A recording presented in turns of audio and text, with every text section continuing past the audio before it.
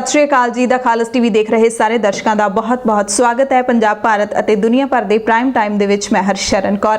Bulletin की शुरुआत दे विच असीं अपने सारे दर्शकों को दसना चाहुंदे हां कि मुड़ तो हुण असीं द खालस टीवी दे उत्ते अपना काम शुरू कर रहे हैं। द खालस टीवी ते असीं तुहानूं मिलिया करांगे खबरां दे नाल।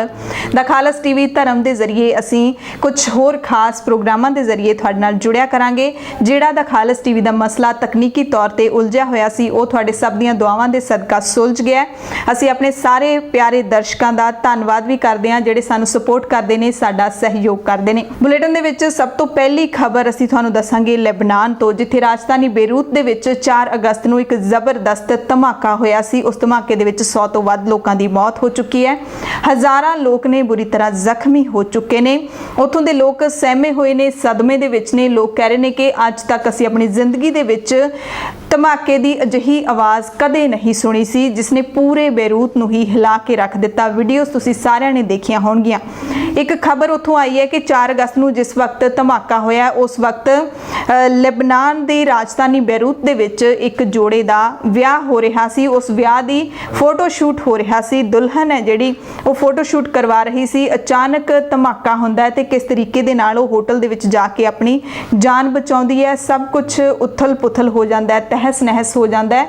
तो जो फोटोग्राफर फोटोग्राफी कर रहा सी उसने वो सारियां लाइव तस्वीरां कैमरे दे विच कैद कर लईआं ते बहुत वायरल हो रही ने। लेबनान की डॉक्टर इसरा सेबलानी का विआह अहमद सुबे नाम के व्यक्ति के नाल विआह होया है, जिहड़ा खुद भी सदमे दे विच है। वो कहंदे ने कि मैं इस धमाके दे विच होर लोकां दे नाल लेबनान दे विच जो होया उस तो बहुत दुखी हाँ ते असीं सब तो पहला रब दा धन्नवाद कीता कि असीं हाले भी जिउंदे हाँ। पंजाब भारत और दुनिया भर की कोरोना वायरस अपडेट जान लैंदे हां। पूरे भारत दे विच पिछले 24 घंटिਆਂ ਦੇ ਵਿੱਚ 56,282 नवे पॉजिटिव मामले सामने आए ने। 904 लोगों की पिछले 24 घंटिਆਂ ਦੇ ਵਿੱਚ मौत हुई है। कुल गिनती वध के मरीजों की 19,64,537 हो गई है तो 40,699 लोगों की जान जा चुकी है। तो भारत पूरी दुनिया के विच सब तो वध प्रभावित मुल्कों के विच तीसरे थां ते बनया होया है। लगातार दूजे थां ते ब्राजील है, पहले थां ते अमेरिका है। पूरी दुनिया की गल कर लईए तो इस वक्त पूरी दुनिया के विच 1,88,00,000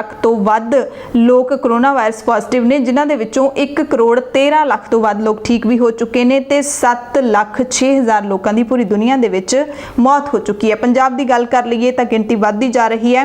मौतां एक दिन दे विच 5 अगस्त नूं गिनती 29 आई सी। एक दिन दे विच 29 मौतां होण दे नाल गिनती 500 के करीब पहुंच गई सी। 491 हो चुकी सी ते 500 के करीब मौतां की गिनती पहुंचण वाली है। कुल पॉजिटिव मरीजों की गिनती 20,000 तक पहुंचण वाली है ते जिहड़े लोग ठीक हो चुके ने उन्हां दी गिनती भी 13,000 टप चुकी है ते एक्टिव केस ने जिहड़े उन्हां दी गिनती 6500 के करीब है। पंजाब दीआं विस्तार दे विच खबरां तो पहला मौसम का हाल जरूर जान लैंदे हां। 7 अगस्त नूं पंजाब दे विच वध तो वध तापमान 35 डिग्री ते घੱਟ ਤੋਂ ਘੱਟ 27 डिग्री रहेगा। मोहाली, बरनाला, गुरदासपुर, बठिंडा दे विच सारा दिन बदलवाई छाई रहेगी। लुधियाना, अमृतसर दे विच दोपहर तो पहला बदलवाई छाए रहण दा अंदाज़ा लाया गया मौसम विभाग दे वल्लों ते पटियाला, फाजिलका दे विच सारा दिन तिखी धुप रहण दा अनुमान दिता गया।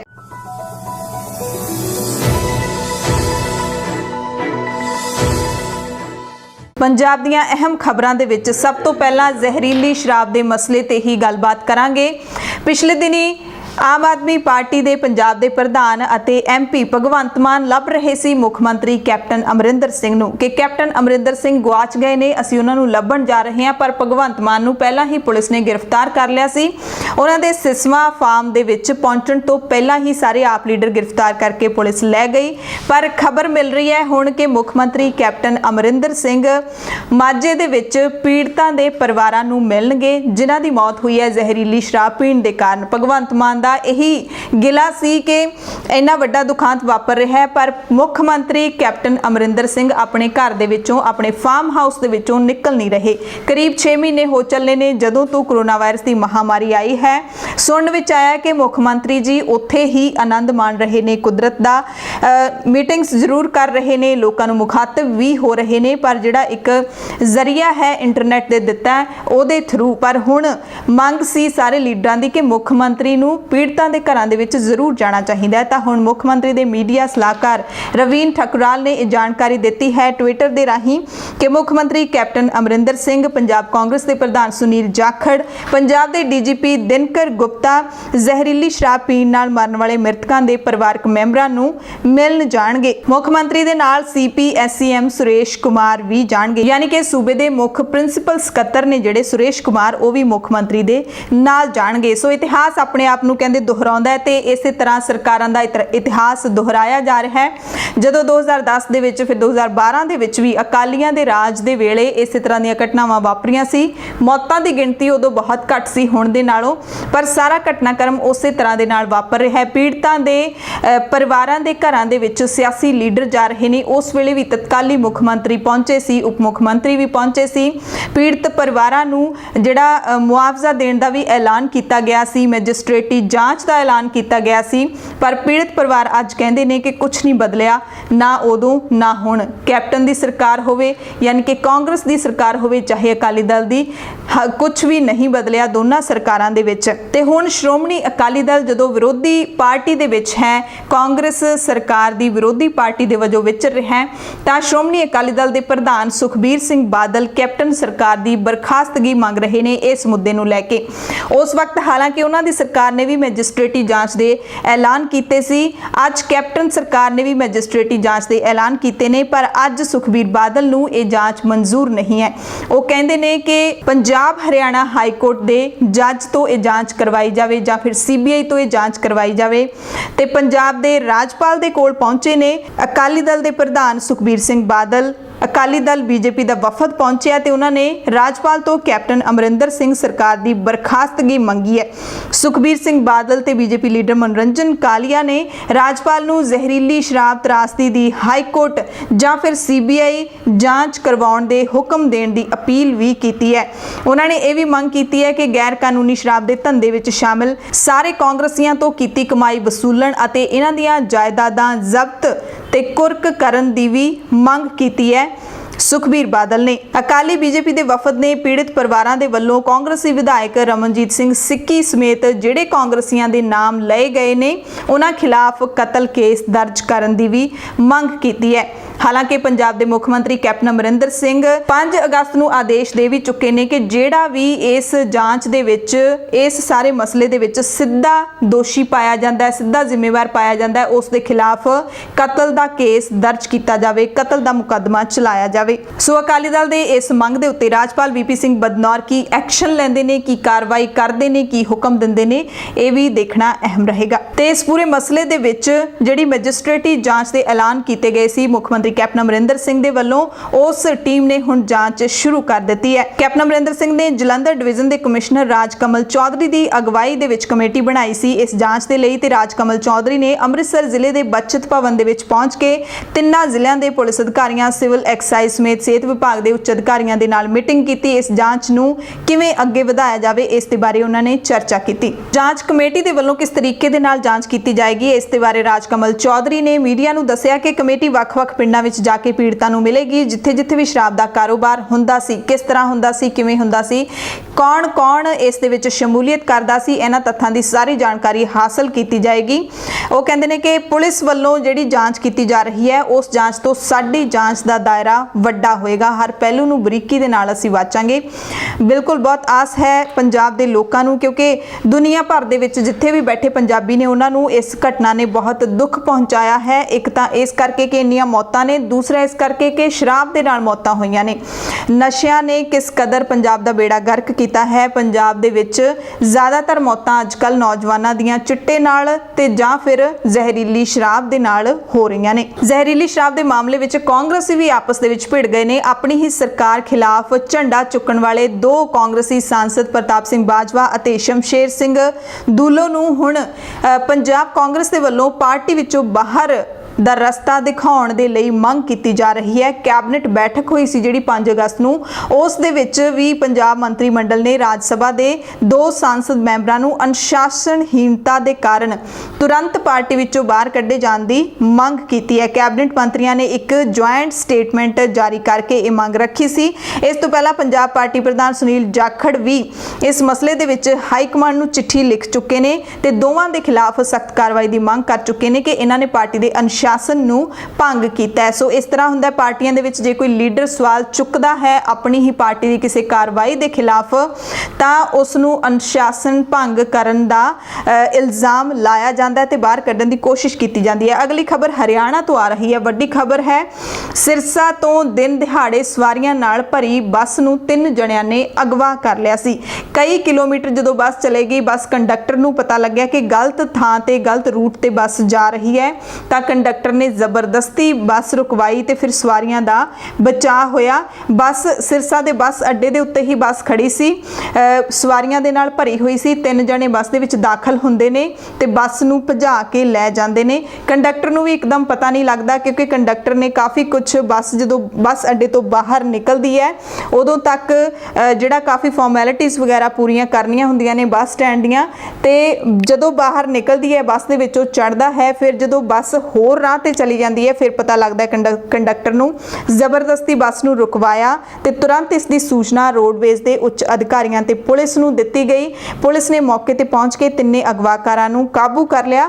ਹਾਲਾਂਕਿ ਹਾਲੇ ਤੱਕ ਇਹ ਨਹੀਂ ਪਤਾ ਲੱਗ ਸਕਿਆ ਕਿ ਅਗਵਾਕਾਰ ਕੌਣ ਸੀ, ਕਿਸ ਮਨਸ਼ਾ ਦੇ ਨਾਲ ਉਹਨਾਂ ਨੇ ਬੱਸ ਨੂੰ ਅਗਵਾ ਕੀਤਾ ਸੀ, ਸਵਾਰੀਆਂ ਨੂੰ ਲੁੱਟਣ ਦੀ ਮਨਸ਼ਾ ਜਾਂ ਫਿਰ ਕੋਈ ਹੋਰ ਸੀ, ਇਸ ਦੀ ਹਲੇ ਜਾਂਚ ਹੋਣੀ ਬਾਕੀ ਹੈ। ਸੁੱਚਾ ਸਿੰਘ ਲੰਗਾਹ ਦੇ ਮਸਲੇ ਦੀ ਗੱਲ ਕਰ ਲੈਂਦੇ ਆ। ਸੁੱਚਾ ਸਿੰਘ ਲੰਗਾਹ ਦੇ ਨਾਲ ਮਿਲਵਰਤਨ ਰੱਖਣ ਵਾਲੇ 2 ਜਿਹੜੇ ਧਾਰਮਿਕ ਬੰਦੇ ਨੇ, ਉਹਨਾਂ ਨੂੰ ਸ਼੍ਰੀ ਅਕਾਲ ਤਖਤ ਸਾਹਿਬ ਤੋਂ ਤਨਖਾਹੀਆ ਕਰਾਰ ਦਿੱਤਾ ਗਿਆ ਸੀ ਤੇ ਉਹ ਜਿਹੜੇ ਸ਼੍ਰੋਮਣੀ ਕਮੇਟੀ ਮੈਂਬਰ ਗੁਰਿੰਦਰਪਾਲ ਸਿੰਘ ਗੋਰਾ ਤੇ ਧਰਮ ਪ੍ਰਚਾਰ ਕਮੇਟੀ ਦੇ ਸਾਬਕਾ ਮੈਂਬਰ ਰਤਨ ਸਿੰਘ ਜਫਰਵਾਲ, ਜਿਨ੍ਹਾਂ ਨੂੰ ਤਨਖਾਹੀਆ ਕਰਾਰ ਦਿੱਤਾ ਗਿਆ ਸੀ, ਉਹਨਾਂ ਨੇ ਹੁਣ ਸ਼੍ਰੀ ਅਕਾਲ ਤਖਤ ਸਾਹਿਬ ਵਿਖੇ ਮਾਫੀਨਾਮਾ ਸੌਂਪਿਆ ਹੈ, ਖਿਮਾ ਯਾਚਨਾ ਦੀ ਅਪੀਲ ਕੀਤੀ ਹੈ।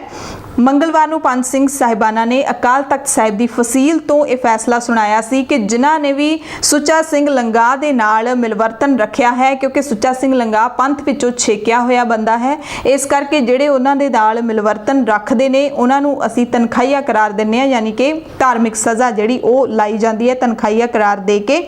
ਉਸ ਤੋਂ ਬਾਅਦ ਹੁਣ ਇਹਨਾਂ ਨੇ ਚਿੱਠੀ ਸੌਂਪੀ ਹੈ ਸ਼੍ਰੀ ਅਕਾਲ ਤਖਤ ਸਾਹਿਬ ਸਕੱਤਰੇਤ। ਲਿਖਿਆ ਹੈ ਕਿ ਉਹਨਾਂ ਤੋਂ ਜਾਣੇ ਅਣਜਾਣੇ ਦੇ ਵਿੱਚ ਜੇ ਕੋਈ ਗਲਤੀ ਹੋਈ ਹੈ ਤਾਂ ਉਸ ਦੀ ਖਿਮਾ ਜਾਚਨਾ ਕਰਦੇ ਨੇ, ਉਹਨਾਂ ਨੂੰ ਮਾਫ ਕਰ ਦਿੱਤਾ ਜਾਵੇ। ਸੌਖੇ ਸ਼ਬਦਾਂ ਵਿੱਚ ਉਹ ਇਹ ਕਹਿ ਰਹੇ ਨੇ।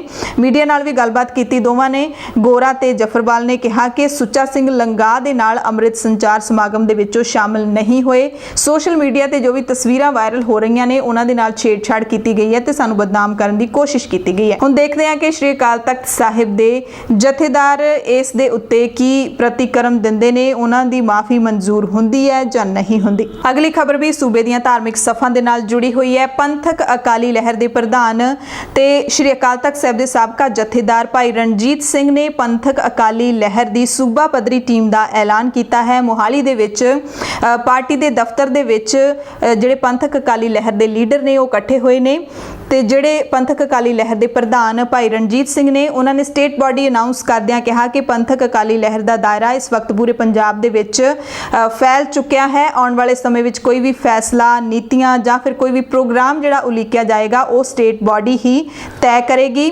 ਭਾਈ ਰਣਜੀਤ ਸਿੰਘ ਨੇ ਦੱਸਿਆ ਕਿ ਸਾਡਾ ਮੁੱਖ ਮਕਸਦ ਪਰਿਵਾਰਵਾਦ ਨੂੰ ਖਤਮ ਕਰਕੇ ਇਹ ਮਿਸ਼ਨ ਹੈ ਜਿਹੜਾ ਨਿਰੋਲ ਪੰਥਕ ਹੱਥਾਂ ਦੇ ਵਿੱਚ ਦੇਣਾ ਹੈ, ਯਾਨੀ ਕਿ SGPC ਨੂੰ ਜਿਹੜਾ ਇੱਕ ਪਰਿਵਾਰ ਦੇ ਕਬਜ਼ੇ ਦੇ ਵਿੱਚੋਂ ਮੁਕਤ ਕਰਾਉਣਾ ਹੈ। ਪੰਜਾਬ ਦੇ ਮੁੱਖ ਮੰਤਰੀ ਨੇ ਕੈਬਨਿਟ ਦੇ ਵਿੱਚ ਐਲਾਨ ਕਰ ਦਿੱਤਾ ਸੀ ਕਿ ਸਰਕਾਰੀ ਸਕੂਲ ਦੇ ਮੁੰਡਿਆਂ ਤੇ ਕੁੜੀਆਂ ਨੂੰ 12ਵੀਂ ਜਮਾਤ ਦੀਆਂ ਪ੍ਰੀਖਿਆਵਾਂ ਆਨਲਾਈਨ ਦੇਣ ਦੀ ਤਿਆਰੀ ਲਈ 1,73,823 ਸਮਾਰਟਫੋਨ ਨਵੰਬਰ 2020 ਤੱਕ ਵੰਡ ਦਿੱਤੇ ਜਾਣਗੇ। ਹਾਲਾਂਕਿ ਇਸ ਮੁੱਦੇ ਦੇ ਉੱਤੇ ਪੰਜਾਬ ਸਰਕਾਰ ਦੀ ਬਹੁਤ ਖਿੱਲੀ ਉੱਡਦੀ ਹੈ।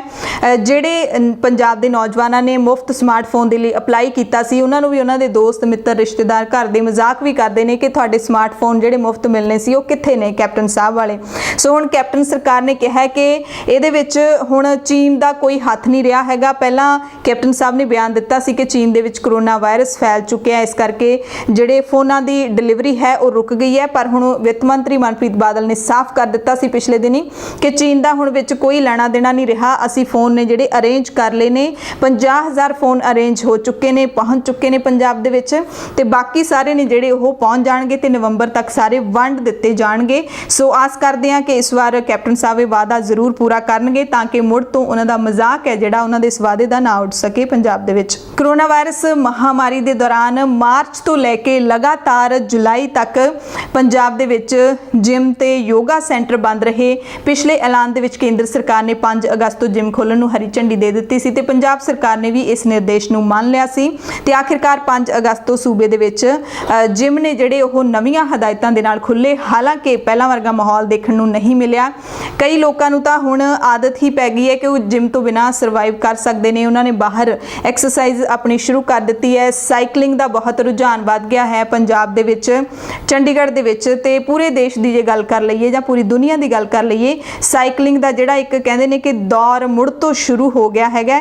ਲੋਕ ਆਪਣੀ ਸਿਹਤ ਨੂੰ ਠੀਕ ਕਰਨ ਦੇ ਲਈ, ਠੀਕ ਰੱਖਣ ਦੇ ਲਈ ਸਾਈਕਲਿੰਗ ਵੱਲ ਵੱਧ ਰਹੇ ਨੇ। ਸੋ ਜਿਮ ਦੇ ਵਿੱਚ ਸਰਕਾਰ ਦੀਆਂ ਹਦਾਇਤਾਂ ਦਾ ਖਿਆਲ ਰੱਖਿਆ ਜਾ ਰਿਹਾ ਹੈ ਸ਼ੁਰੂਆਤੀ ਦੌਰ ਦੇ ਵਿੱਚ ਪੰਜਾਬ ਦੇ ਵਿੱਚ, ਪਰ ਪਹਿਲਾਂ ਵਾਂਗ ਜਿਹੜੀ ਭੀੜ ਹੈ ਉਹ ਨਾ ਤਾਂ ਹੋਣ ਦਿੱਤੀ ਜਾਏਗੀ ਤੇ ਨਾ ਹੀ ਭੀੜ ਹੋ ਰਹੀ ਹੈ। ਲੋਕ ਉਸ ਤਰੀਕੇ ਦਾ ਇੰਟਰਸਟ ਹੈ ਉਹ ਨਹੀਂ ਦਿਖਾ ਰਹੇ ਤੇ ਇੱਕ ਕੰਡੀਸ਼ਨ ਹੈ ਜਿਹੜੀ ਉਹ ਪੰਜਾਬ ਸਰਕਾਰ ਨੇ ਜ਼ਰੂਰ ਲਾਈ ਹੈ ਕਿ ਹਰ ਵਿਅਕਤੀ ਦੇ ਮੋਬਾਈਲ ਦੇ ਵਿੱਚ ਆਰੋਗਿਆ ਸੇਤੂ ਐਪ ਦਾ ਹੋਣਾ ਜ਼ਰੂਰੀ ਹੋਵੇਗਾ। ਪੰਜਾਬ ਦੇ ਵਿੱਚ ਸਰਵ ਸਿੱਖਿਆ ਅਭਿਆਨ ਦੇ ਦਫ਼ਤਰੀ ਮੁਲਾਜ਼ਮਾਂ ਨੇ ਅਨੋਖੇ ਤਰੀਕੇ ਦੇ ਨਾਲ ਰੋਸ ਪ੍ਰਦਰਸ਼ਨ ਕੀਤਾ ਹੈ। ਮੁੱਖ ਮੰਤਰੀ ਕੈਪਟਨ ਅਮਰਿੰਦਰ ਸਿੰਘ ਨੂੰ ਕਾਰਡ ਭੇਜੇ ਨੇ ਗੈਟ ਵੈਲ ਸੂਨ, ਯਾਨੀ ਕਿ ਜਲਦੀ ਤੁਸੀਂ ਠੀਕ ਹੋ ਜਾਓ, ਤੇ ਨਾਲ ਹੀ ਪੈਕੇਟ ਵਿੱਚ ਬੰਦ ਕਰਕੇ ਕਾੜਾ ਵੀ ਭੇਜਿਆ ਹੈ। ਮੁੱਖ ਮੰਤਰੀ ਕੈਪਟਨ ਅਮਰਿੰਦਰ ਸਿੰਘ ਨੂੰ ਕਿਹਾ ਹੈ ਕਿ ਤੁਸੀਂ ਜਲਦੀ ਠੀਕ ਹੋਵੋ ਤਾਂ ਕਿ ਤੁਸੀਂ ਸਾਨੂੰ ਆ ਕੇ ਮਿਲ ਸਕੋ, ਕਿਉਂਕਿ ਸਾਡੀਆਂ ਮੰਗਾਂ ਦੇ ਉੱਤੇ ਗੌਰ ਨਹੀਂ ਕੀਤਾ ਜਾ ਰਿਹਾ ਤੁਹਾਡੇ ਵੱਲੋਂ। ਉਹ ਕਹਿੰਦੇ ਨੇ ਕਿ ਸਰਕਾਰ ਨੇ 1 ਅਪ੍ਰੈਲ 2018 ਤੋਂ ਸਰਵ ਸਿੱਖਿਆ ਅਭਿਆਨ ਤਹਿਤ ਕੰਮ ਕਰਦੇ ਅਧਿਆਪਕਾਂ ਨੂੰ ਵਿਭਾਗ ਦੇ ਵਿੱਚ ਪੱਕਾ ਕਰ ਦਿੱਤਾ ਸੀ, ਪਰ ਜਿਹੜੇ ਉਦੋਂ ਪਹਿਲਾਂ ਕੰਮ ਕਰ ਰਹੇ ਦਫ਼ਤਰੀ ਕਰਮਚਾਰੀ ਸੀ ਉਹਨਾਂ ਨੂੰ ਅਣਗੌਲਿਆਂ ਕੀਤਾ ਗਿਆ ਹੈ। ਇਸੇ ਤਰ੍ਹਾਂ ਦੇ ਜਿਹੜਾ ਪ੍ਰਦਰਸ਼ਨ ਹੈ ਅੰਮ੍ਰਿਤਸਰ ਦੇ ਵਿੱਚ ਵੀ ਹੋਇਆ ਤੇ ਮੁੱਖ ਮੰਤਰੀ ਕੈਪਟਨ ਅਮਰਿੰਦਰ ਸਿੰਘ ਦੀ ਜਲਦੀ ਸਿਹਤਯਾਬੀ ਦੀ ਅਰਦਾਸ ਵੀ ਕੀਤੀ ਗਈ। ਇੱਕ ਕਹਿ ਸਕਦੇ ਹਾਂ ਕਿ ਇੱਕ ਟੌਂਟਿੰਗ ਵੇ ਦੇ ਵਿੱਚ ਇਹ ਰੋਸ ਪ੍ਰਦਰਸ਼ਨ ਕੀਤਾ ਗਿਆ। ਮੁੱਖ ਮੰਤਰੀ ਕੈਪਟਨ ਅਮਰਿੰਦਰ ਸਿੰਘ ਨੂੰ ਸੁਨੇਹਾ ਜਿਹੜਾ ਵੱਖਰੇ ਤਰੀਕੇ ਦੇ ਨਾਲ ਭੇਜਿਆ ਗਿਆ, ਜੇ ਮੰਗਾਂ ਨਾ ਮੰਨੀਆਂ ਤਾਂ ਸੰਘਰਸ਼ ਤਿੱਖਾ ਕਰਨ ਦੀ ਚੇਤਾਵਨੀ ਵੀ ਦਿੱਤੀ ਹੈ। ਖਬਰ ਬਠਿੰਡਾ ਤੋਂ ਹੈ, ਜਿੱਥੇ ਸ਼ਹਿਰ ਦੇ ਭੁਲੇਰੀਆਂ ਵਾਲੇ ਮੁਹੱਲੇ ਦੇ ਵਿੱਚ ਕੁਝ ਲੋਕ ਥਾਣਾ ਕੋਤਵਾਲੀ ਦੀ ਟੀਮ ਨੂੰ ਸਿੱਧੇ ਹੋ ਗਏ। ਅੱਖੀਂ ਦੇਖਣ ਵਾਲਿਆਂ ਦੇ ਮੁਤਾਬਿਕ ਪੁਲਿਸ ਉੱਤੇ ਹਮਲੇ ਦੀ ਨੀਅਤ ਦੇ ਨਾਲ ਇੱਕ ਪਰਿਵਾਰ ਨੇ ਪਿਟਬੁਲ ਪਾਲਤੂ ਕੁੱਤੇ ਦੇ ਗਲ ਵਿੱਚੋਂ ਸੰਗਲ ਲਾ ਦਿੱਤਾ ਤੇ ਪੁਲਿਸ ਪਾਰਟੀ ਦੀ ਜਿਹੜੀ ਹਾਲਤ ਸੀ ਹਾਸੋਹੀਣੀ ਵੀ ਬਣ ਗਈ ਸੀ, ਪਰ ਥਾਣੇਦਾਰ ਨੂੰ ਕੁੱਤੇ ਨੇ ਵੱਢ ਲਿਆ ਸੀਗਾ। ਦਰਅਸਲ ਪੁਲਿਸ ਇੱਕ ਫੋਨ ਤੇ ਮਿਲੀ ਸੂਚਨਾ ਦੇ ਆਧਾਰ ਤੇ ਇਸ ਮੁਹੱਲੇ ਦੇ ਵਿੱਚ ਗਈ ਸੀ। SHO ਇੰਸਪੈਕਟਰ ਦਵਿੰਦਰ ਸਿੰਘ ਨੇ ਜਾਣਕਾਰੀ ਦਿੱਤੀ ਹੈ ਕਿ ਰਾਤੀ 9:30 ਵਜੇ ਦੇ ਕਰੀਬ ਫੋਨ ਆਇਆ ਸੀ ਕਿ ਮੁਹੱਲੇ ਦੇ ਕੁਝ ਵਿਅਕਤੀ ਲੜਕੀਆਂ ਨੂੰ ਪਰੇਸ਼ਾਨ ਕਰਨ ਦੇ ਨਾਲ ਹੁੱਲੜਬਾਜ਼ੀ ਕਰ ਰਹੇ ਨੇ। ਜਦੋਂ ਉਸ ਮੁਹੱਲੇ ਦੇ ਵਿੱਚ ਪਹੁੰਚੇ ਤਾਂ ਕੁਝ ਲੋਕਾਂ ਨੇ ਪੁਲਿਸ ਦੇ ਨਾਲ ਹੱਥੋਂ-ਪਾਈ ਕੀਤੀ, ਵਰਦੀ ਨੂੰ ਹੱਥ ਪਾਇਆ ਤੇ ਉੱਥੇ ਹੀ ਕਿਸੇ ਪਰਿਵਾਰ ਨੇ ਆਪਣਾ ਕੁੱਤਾ ਖੋਲ ਦਿੱਤਾ ਜਿਹੜਾ ਕਿ ਪੁਲਿਸ ਪਾਰਟੀ ਨੂੰ ਜਾ ਕੇ ਪੈ ਗਿਆ। ਜਿਸ ਤੋਂ ਬਾਅਦ ਪੁਲਿਸ ਨੇ ਇੱਕ ਸਾਰੇ ਪਰਿਵਾਰ ਅਤੇ ਕੁਝ ਹੋਰ ਅਣਪਛਾਤੇ ਵਿਅਕਤੀਆਂ ਦੇ ਖਿਲਾਫ ਪਰਚਾ ਦਰਜ ਵੀ ਕਰ ਦਿੱਤਾ ਹੈ। ਹਾਲਾਂਕਿ ਗ੍ਰਿਫਤਾਰੀ ਕੋਈ ਨਹੀਂ ਹੋਈ। ਚੰਡੀਗੜ੍ਹ ਦੀ ਸੁਖਨਾ ਲੇਕ ਦੇ ਉੱਤੇ ਮੋਹਾਲੀ ਅਤੇ ਚੰਡੀਗੜ੍ਹ ਦੇ ਨਿੱਜੀ ਸਕੂਲਾਂ ਦੇ ਵਿੱਚ ਪੜ੍ਹਦੇ ਵਿਦਿਆਰਥੀਆਂ ਦੇ ਮਾਪਿਆਂ ਨੇ ਸੰਕੇਤਕ ਰੋਸ ਪ੍ਰਦਰਸ਼ਨ ਕੀਤਾ, ਜਿਹੜੀਆਂ ਕਿ ਫੀਸਾਂ ਵਸੂਲੀਆਂ ਜਾ ਰਹੀਆਂ ਨੇ ਪ੍ਰਾਈਵੇਟ ਸਕੂਲਾਂ ਦੇ ਵੱਲੋਂ ਉਹਨਾਂ ਦੇ ਖਿਲਾਫ। ਪੰਜਾਬ ਦੇ ਸਿਹਤ ਮੰਤਰੀ ਬਲਵੀਰ ਸਿੰਘ ਸਿੱਧੂ ਨੇ ਜਾਣਕਾਰੀ ਦਿੱਤੀ ਹੈ ਕਿ ਸਿਹਤ ਤੇ ਪਰਿਵਾਰ ਭਲਾਈ ਵਿਭਾਗ ਦੇ ਵਿੱਚ 2984 ਅਸਾਮੀਆਂ ਦੀ ਭਰਤੀ ਕੀਤੀ ਜਾਏਗੀ। 31 ਅਗਸਤ ਤੱਕ ਉਹਨਾਂ ਨੇ ਅਰਜ਼ੀਆਂ ਮੰਗੀਆਂ ਨੇ ਕਿ ਪੰਜਾਬ ਸਰਕਾਰ ਕੋਰੋਨਾ ਵਾਇਰਸ ਦੀ ਮਹਾਮਾਰੀ ਨਾਲ ਨਜਿੱਠਣ ਦੇ ਲਈ ਇਹ ਭਰਤੀਆਂ ਕਰ ਰਹੀ ਹੈ। ਮੈਡੀਕਲ ਅਫਸਰ ਜਨਰਲ 500, ਮੈਡੀਕਲ ਅਫਸਰ dental 35, radiographer 139, multipurpose health worker male 200, multipurpose health worker female 600, ECG technician 14, medical laboratory technician grade 2 98, pharmacist 482, operation theatre ਸਹਾਇਕ 116 ਤੇ ਵਾਰਡ ਅਟੈਂਡੈਂਟ ਦੀਆਂ 800 ਅਸਾਮੀਆਂ ਇਹਨਾਂ ਦੇ ਵਿੱਚ ਸ਼ਾਮਿਲ ਨੇ। ਤੇ ਵੈਬਸਾਈਟ ਉਹਨਾਂ ਨੇ ਦੱਸੀ ਹੈ www.bfuhs.ac PMC.in ਇਹ ਤੇ ਜਾ ਕੇ ਤੁਸੀਂ ਹੋਰ ਜਾਣਕਾਰੀ ਲੈ ਸਕਦੇ ਹੋ ਤੇ ਅਪਲਾਈ 31 ਅਗਸਤ ਤੋਂ ਪਹਿਲਾਂ ਕਰਨਾ ਹੈ। ਪੰਜਾਬ ਦੀਆਂ ਖਬਰਾਂ ਦੇ ਵਿੱਚ ਜਾਂਦੇ ਤੁਹਾਨੂੰ ਇੱਕ ਹੋਰ ਅਹਿਮ ਖਬਰ ਦੱਸ ਦਿੰਦੇ ਹਾਂ ਕਿ ਕਰੋਨਾ ਕਾਲ ਕਰਕੇ ਮਾਰੂਤੀ ਕਾਰ ਕੰਪਨੀ ਨੇ ਆਪਣੀਆਂ ਕਾਰਾਂ ਦੀ ਵਿਕਰੀ ਘੱਟ ਹੋਣ ਕਰਕੇ ਗੱਡੀਆਂ ਨੂੰ ਲੀਜ਼ ਤੇ ਦੇਣ ਦੀ ਤਿਆਰੀ ਸ਼ੁਰੂ ਕੀਤੀ ਹੈ। ਕੰਪਨੀ ਤੋਂ ਹੁਣ ਤੁਸੀਂ ਮਾਰੂਤੀ ਸੁਜ਼ੂਕੀ ਦੀਆਂ ਕਾਰਾਂ ਕਿਰਾਏ ਤੇ ਲੈ ਸਕੋਗੇ। ਇਹ ਦੇਸ਼ ਦੀ ਸਭ ਤੋਂ ਵੱਡੀ ਕਾਰ ਕੰਪਨੀ ਮੰਨੀ ਜਾਂਦੀ ਹੈ, ਪਰ ਕਰੋਨਾ ਵਾਇਰਸ ਦੀ ਮਹਾਮਾਰੀ ਕਰਕੇ ਕਾਰਾਂ ਦੀ ਵਿਕਰੀ ਬਹੁਤ ਘਟ ਗਈ ਹੈ। ਇਸ ਕਰਕੇ ਇਹਨਾਂ ਨੇ ਮਾਰੂਤੀ ਸੁਜ਼ੂਕੀ ਸਬਸਕ੍ਰਾਈਬਰ ਬ੍ਰਾਂਡ ਦੇ ਨਾਂ ਨਾਲ ਆਪਣੀ ਲੀਜ਼ ਗਾਹਕੀ ਸੇਵਾ ਜਿਹੜੀ ਉਹ ਸ਼ੁਰੂ ਕੀਤੀ ਹੈ ਤੇ ਕਾਰਾਂ ਨੂੰ 24, 36 ਜਾਂ 48 ਮਹੀਨਿਆਂ ਦੇ ਲਈ ਕਿਰਾਏ ਤੇ ਦੇਵੇਗੀ ਕੰਪਨੀ।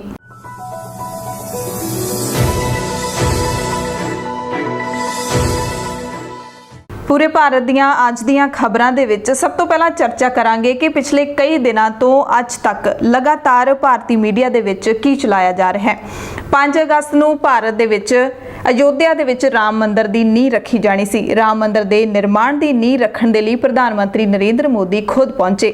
ਕੌਮੀ ਮੀਡੀਆ ਦੇ ਵਿੱਚ ਲਗਾਤਾਰ ਪਿਛਲੇ ਕਈ ਦਿਨਾਂ ਤੋਂ ਇਹੀ ਖਬਰਾਂ ਵਾਰ-ਵਾਰ ਚਲਾਈਆਂ ਜਾ ਰਹੀਆਂ ਸੀ ਤੇ ਹੁਣ ਵੀ ਲਗਾਤਾਰ ਸਾਰਾ ਜਿਹੜਾ ਪਿਛਲਾ ਇਤਿਹਾਸ ਜਿੰਨਾ ਵੀ ਇਸ ਧਰਤੀ ਦੇ ਨਾਲ, ਇਸ ਜਗ੍ਹਾ ਦੇ ਨਾਲ ਜੁੜਿਆ ਹੋਇਆ ਹੈ, ਕੀ ਵਿਵਾਦ ਹੈ, ਕੀ ਇਤਿਹਾਸ ਹੈ, ਆਪੋ ਆਪਣੇ ਤਰੀਕੇ ਦੇ ਨਾਲ ਹਰ ਮੀਡੀਆ ਅਦਾਰੇ ਦੇ ਵੱਲੋਂ ਚਲਾਇਆ ਜਾ ਰਿਹਾ ਹੈ।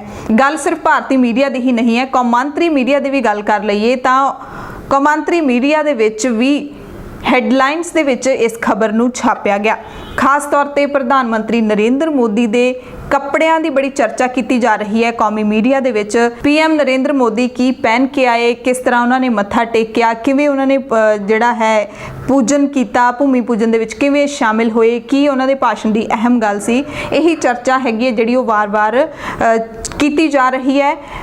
ਤੇ ਕਰੋਨਾ ਵਾਇਰਸ ਦੀ ਮਹਾਮਾਰੀ ਸ਼ਾਇਦ ਥੋੜੀ ਜਿਹੀ ਫਿੱਕੀ ਪੈ ਗਈ ਹੈ ਭਾਰਤ ਦੇ ਟੀਵੀ ਚੈਨਲਾਂ ਦੇ ਉੱਤੇ। ਸੋ ਭਾਰਤ ਦੇ ਗੁਆਂਢੀ ਦੇਸ਼ਾਂ ਦਾ ਮੀਡੀਆ ਇਸ ਘਟਨਾਕ੍ਰਮ ਨੂੰ ਪੂਰੇ ਨੂੰ ਕਿਵੇਂ ਦੇਖਦਾ ਹੈ ਉਹ ਜ਼ਰੂਰ ਜਾਣ ਲੈਂਦੇ ਆ। ਪਹਿਲਾਂ ਗੱਲ ਕਰਾਂਗੇ ਬੰਗਲਾਦੇਸ਼ ਦੀ। ਬੰਗਲਾਦੇਸ਼ ਦੇ ਵਿੱਚ 2 ਭਾਸ਼ਾਵਾਂ ਦੇ ਵਿੱਚ ਪ੍ਰਕਾਸ਼ਿਤ ਹੋਣ ਵਾਲੀ ਇੱਕ ਵੈਬਸਾਈਟ ਹੈ bdnews24.com। ਇਸ ਖਬਰ ਨੂੰ ਸਪੌਟਲਾਈਟ ਦੇ ਵਿੱਚ ਇਹਨਾਂ ਨੇ ਥਾਂ ਦਿੱਤੀ ਹੈ। ਸਪੌਟਲਾਈਟ ਇਹਨਾਂ ਦਾ ਇੱਕ ਅਹਿਮ ਪੰਨਾ ਹੈਗਾ। ਉਹਦੇ ਵਿੱਚ ਇਹਨਾਂ ਨੇ ਕਿਹਾ ਕਿ ਮੰਦਿਰ ਉੱਥੇ ਹੀ ਬਣ ਰਿਹਾ ਹੈ ਜਿੱਥੇ 3 ਦਹਾਕੇ ਪਹਿਲਾਂ ਇੱਕ ਮਸਜਿਦ ਨੂੰ ਢਾਇਆ ਗਿਆ ਸੀ, ਜਿਸ ਤੋਂ ਬਾਅਦ ਮੁਲਕ ਭਰ ਦੇ ਵਿੱਚ ਦੰਗੇ ਭੜਕੇ ਸੀਗੇ। ਪਹਿਲੇ ਪੰਨੇ ਤੇ ਦਿੱਤੀ ਗਈ ਰਿਪੋਰਟ ਵਿੱਚ ਕਿਹਾ ਗਿਆ ਕਿ ਮੋਦੀ ਤੇ ਉਹਨਾਂ ਦੇ ਰਾਸ਼ਟਰਵਾਦੀ ਸਿਆਸੀ ਦਲਾਂ ਨੇ ਇਸ ਦੇ ਨਾਲ ਹੀ ਆਪਣੇ ਬਹੁਤ ਪੁਰਾਣੇ ਵਾਅਦੇ ਨੂੰ ਪੂਰਾ ਕੀਤਾ ਹੈ, ਨਾਲ ਹੀ ਇਹ ਉਹਨਾਂ ਦੀ ਸਰਕਾਰ ਦੇ ਦੂਸਰੇ ਵਾਅਦੇ ਨੂੰ ਪੂਰਾ ਕੀਤੇ ਜਾਣ ਦੀ ਵੀ ਪਹਿਲੀ ਵਰ੍ਹੇਗੰਢ ਹੈ। ਯਾਨੀ ਕਿ ਜੰਮੂ ਕਸ਼ਮੀਰ ਦੇ ਵਿੱਚ ਜਿਹੜੀ ਉਹਨਾਂ ਨੇ ਧਾਰਾ 370 ਖਤਮ ਕੀਤੀ ਸੀ 5 ਅਗਸਤ ਨੂੰ, ਉਹਦੀ ਪਹਿਲੀ ਵਰ੍ਹੇਗੰਢ ਸੀ। ਬੜੀ ਚਰਚਾ ਵੀ ਹੋ ਰਹੀ ਸੀ ਕਿ ਜਾਣਬੁੱਝ ਕੇ ਕੇਂਦਰ ਸਰਕਾਰ ਨੇ ਮੁਸਲਿਮ ਭਾਈਚਾਰੇ ਦੇ, ਖਾਸ ਕਰਕੇ ਜੰਮੂ ਕਸ਼ਮੀਰ ਦੇ ਲੋਕਾਂ ਦੇ ਜਿਹੜੇ ਦਰਦ ਨੂੰ ਕੁਰੇਦਣ ਦੀ ਕੋਸ਼ਿਸ਼ ਕੀਤੀ ਹੈ ਉਸੇ ਦਿਨ ਰਾਮ ਮੰਦਿਰ ਦੀ ਨੀਂਹ ਰੱਖ ਕੇ, ਕਿਉਂਕਿ 5 ਅਗਸਤ 2019 ਨੂੰ ਜੰਮੂ ਕਸ਼ਮੀਰ ਦੇ ਵਿੱਚ ਧਾਰਾ 370 ਖਤਮ ਕਰਕੇ ਉਥੋਂ ਦੀ ਆਜ਼ਾਦ ਹਸਤੀ ਨੂੰ ਖਤਮ ਕਰ ਦਿੱਤਾ ਗਿਆ ਸੀ ਤੇ 2 ਯੂਨੀਅਨ ਟੈਰੀਟਰੀਜ਼ ਦੇ ਵਿੱਚ ਜੰਮੂ ਕਸ਼ਮੀਰ ਸੂਬੇ ਨੂੰ ਵੰਡ ਦਿੱਤਾ ਗਿਆ ਸੀ। ਹੁਣ ਗੱਲ ਆਉਂਦੀ ਹੈ ਢਾਕਾ ਟ੍ਰਿਬਿਊਨ ਦੀ, ਜਿਹਦੇ ਵਿੱਚ ਹੈਡਲਾਈਨ ਦਿੱਤੀ ਹੈ ਇਸ ਖਬਰ ਦੀ ਕਿ ਬੁੱਧਵਾਰ ਨੂੰ ਇੱਕ ਹਿੰਦੂ ਦੇਵਤਾ ਨੂੰ ਟਾਈਮਜ਼ ਸਕੁਆਇਰ ਤੇ ਕਿਵੇਂ ਦਿਖਾਇਆ ਜਾਏਗਾ। ਖਬਰ ਦੇ ਵਿੱਚ ਸਭ ਤੋਂ ਪਹਿਲਾਂ ਇਹ ਦੱਸਿਆ ਗਿਆ ਕਿ ਮੁੱਦਾ ਇੰਨਾ ਵਿਵਾਦਿਤ ਕਿਉਂ ਹੈ। ਕਿਹਾ ਗਿਆ ਕਿ ਕਈ ਲੋਕ ਇਸ ਪੂਰੇ ਮਾਮਲੇ ਨੂੰ ਹਿੰਦੂ ਫਾਸੀਵਾਦ ਦਾ ਹਿੱਸਾ ਮੰਨਦੇ ਨੇ ਤੇ ਵਿਰੋਧ ਦੇ ਮੱਦੇਨਜ਼ਰ ਕਈ ਸਪਾਂਸਰ ਕੰਪਨੀਆਂ ਵੀ ਪਿੱਛੇ ਹਟ ਗਈਆਂ। ਹਾਲਾਂਕਿ ਡਿਜ਼ਨੀ ਅਤੇ ਕਲੀਅਰ ਚੈਨਲ ਆਊਟਡੋਰ ਪ੍ਰੋਗਰਾਮ ਦਾ ਹਿੱਸਾ ਜ਼ਰੂਰ ਬਣੇ ਨੇ।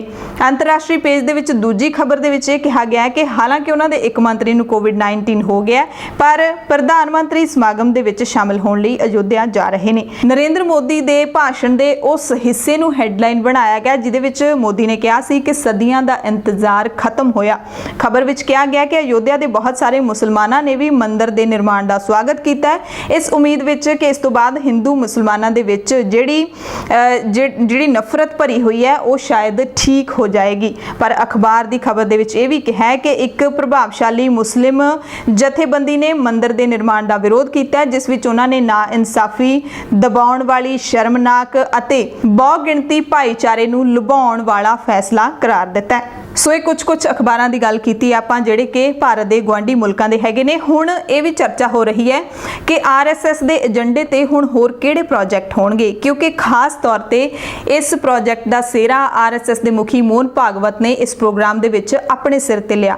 9 ਮਿੰਟ ਦਾ ਉਹਨਾਂ ਨੇ ਭਾਸ਼ਣ ਦਿੱਤਾ ਸੀ, ਜਿਸ ਨੂੰ ਸੁਣ ਕੇ ਤੁਸੀਂ ਵੀ ਅੰਦਾਜ਼ਾ ਲਾ ਸਕਦੇ ਹੋ ਕਿ ਉਹਨਾਂ ਨੇ ਇਸ ਰਾਮ ਮੰਦਿਰ ਦੇ ਨਿਰਮਾਣ ਨੂੰ RSS ਦੀ ਹੀ ਕਾਮਯਾਬੀ ਦੱਸਿਆ। ਤੇ ਭਾਰਤ ਦੇ ਵਿੱਚ ਮਾਹਿਰ ਇਹ ਵੀ ਚਰਚਾ ਕਰ ਰਹੇ ਨੇ ਕਿ ਜਿਵੇਂ ਦੀਆਂ ਤਸਵੀਰਾਂ ਬਾਹਰ ਨਿਕਲ ਕੇ ਸਾਹਮਣੇ ਆਈਆਂ ਨੇ, ਜਿਵੇਂ ਦੀਆਂ ਤਸਵੀਰਾਂ ਦਿਖਾਈਆਂ ਗਈਆਂ ਨੇ, ਇੱਕ ਪਾਸੇ ਉਚਾਰਨ ਕਰਦੇ ਪੰਡਿਤ ਬੈਠੇ ਸੀ ਜਦੋਂ ਰਾਮ ਮੰਦਿਰ ਦਾ ਭੂਮੀ ਪੂਜਨ ਕੀਤਾ ਗਿਆ, ਵਿਚਾਲੇ ਭਾਰਤ ਦੇ ਪ੍ਰਧਾਨ ਮੰਤਰੀ ਨਰਿੰਦਰ ਮੋਦੀ ਬੈਠੇ ਸੀ ਤੇ ਖੱਬੇ ਹੱਥ RSS ਦੇ ਮੁਖੀ ਮੋਹਨ ਭਾਗਵਤ ਖੁਦ ਬੈਠੇ ਸੀ।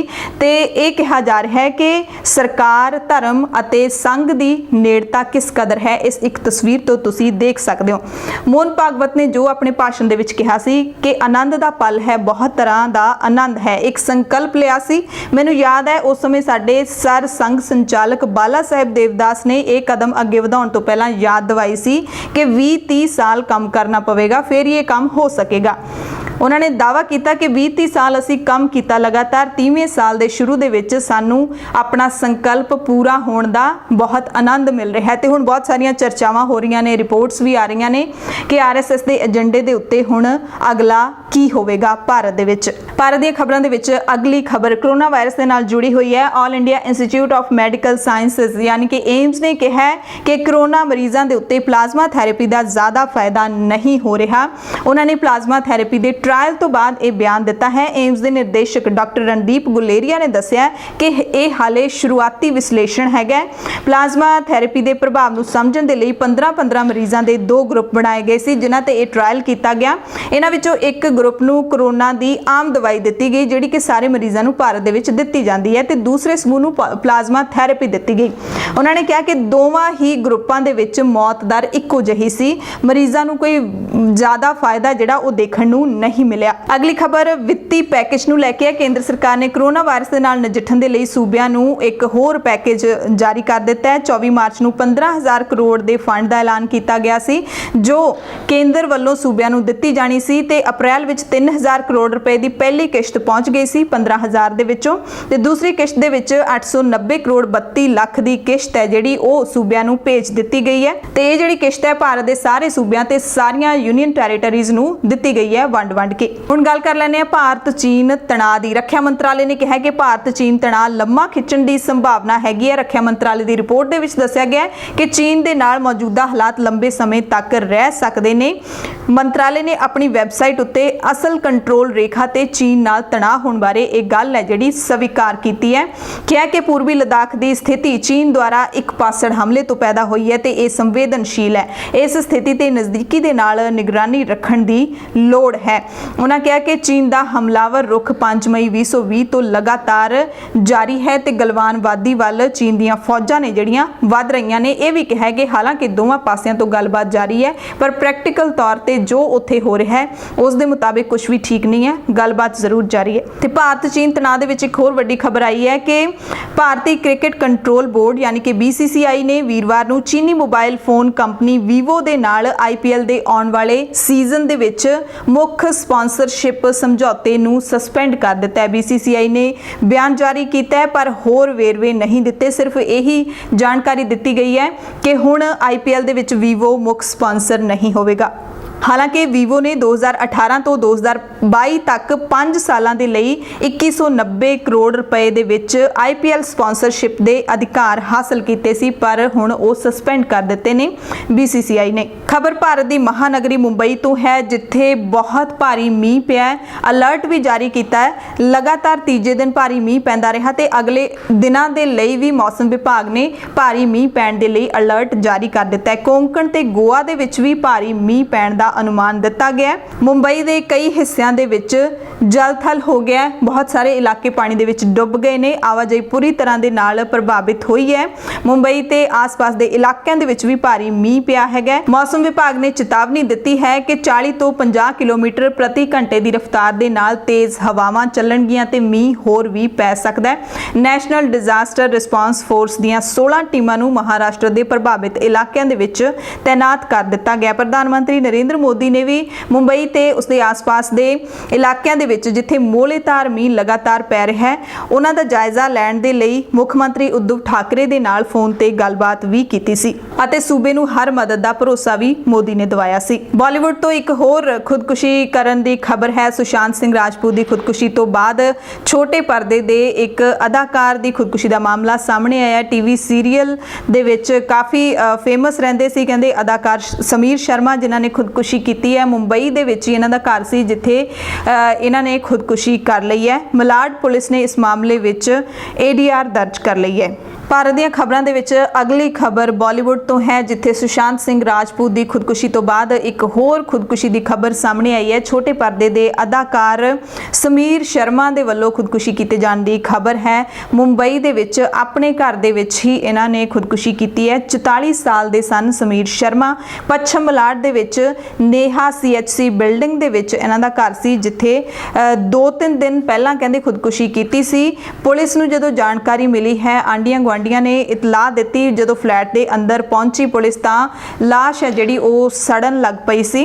ਹਾਲਾਂਕਿ ਪੁਲਿਸ ਨੂੰ ਘਰ ਦੇ ਵਿੱਚ ਕੋਈ ਸੁਸਾਈਡ ਨੋਟ ਨਹੀਂ ਮਿਲਿਆ ਪਰ ਜਿਸ ਤਰ੍ਹਾਂ ਨਾਲ ਘਰ ਦੀ ਰਸੋਈ ਦੇ ਵਿੱਚ ਪੱਖੇ ਤੇ ਲਟਕ ਰਹੀ ਸੀ ਲਾਸ਼ ਤਾਂ ਪੁਲਿਸ ਸ਼ੁਰੂਆਤੀ ਜਾਂਚ ਦੇ ਵਿੱਚ ਖੁਦਕੁਸ਼ੀ ਦਾ ਮਾਮਲਾ ਹੀ ਮੰਨ ਕੇ ਚੱਲ ਰਹੀ ਹੈ। ਭਾਰਤੀ ਰਿਜ਼ਰਵ ਬੈਂਕ ਨੇ ਰੈਪੋ ਰੇਟ ਦੇ ਵਿੱਚ ਕੋਈ ਬਦਲਾਅ ਨਾ ਕਰਨ ਦਾ ਐਲਾਨ ਕੀਤਾ ਹੈ। ਰੈਪੋ ਰੇਟ ਨੂੰ 4% ਦੇ ਉੱਤੇ ਹੀ ਬਰਕਰਾਰ ਰੱਖਿਆ ਗਿਆ ਹੈ। ਰੈਪੋ ਰੇਟ ਅਸਲ ਦੇ ਵਿੱਚ ਉਸ ਦਰ ਨੂੰ ਕਹਿੰਦੇ ਨੇ ਜਿਸ ਦੇ ਉੱਤੇ RBI ਕਮਰਸ਼ੀਅਲ ਬੈਂਕਾਂ ਨੂੰ ਘੱਟ ਸਮੇਂ ਦੇ ਲਈ ਫੰਡ ਮੁਹੱਈਆ ਕਰਵਾਉਂਦੀ ਹੈ। ਪਿਛਲੇ ਕਈ ਦਿਨਾਂ ਤੋਂ ਇਹ ਖਬਰ ਚੱਲ ਰਹੀ ਸੀ ਕਿ RBI ਕੀ ਬਦਲਾਅ ਕਰੇਗੀ ਰੈਪੋ ਰੇਟ ਦੇ ਵਿੱਚ ਪਰ ਇਸ ਦੇ ਵਿੱਚ ਕੋਈ ਬਦਲਾਅ ਨਹੀਂ ਕੀਤਾ ਗਿਆ। ਰਿਵਰਸ ਰੈਪੋ ਰੇਟ ਦੀ ਦਰ ਵੀ 3.35% ਹੀ ਰੱਖੀ ਗਈ ਹੈ।